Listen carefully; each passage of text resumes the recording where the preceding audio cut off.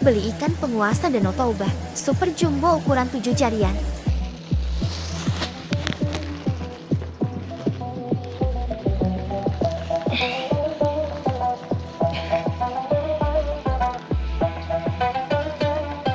Seperti biasa ikan baru wajib aklimasi, sekitar 15 menit sebelum dilepaskan.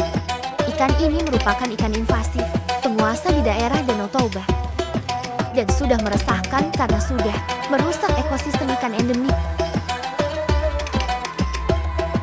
Ikan ini ulun beli dengan harga 150.000 dari teman di Banjarbaru. Ikan ini kalau ditimbang lebih 1 kilo, soalnya ukurannya termasuk jumbo. Red Devil memiliki temperamen lumayan, nakal, usil, dan teritorial.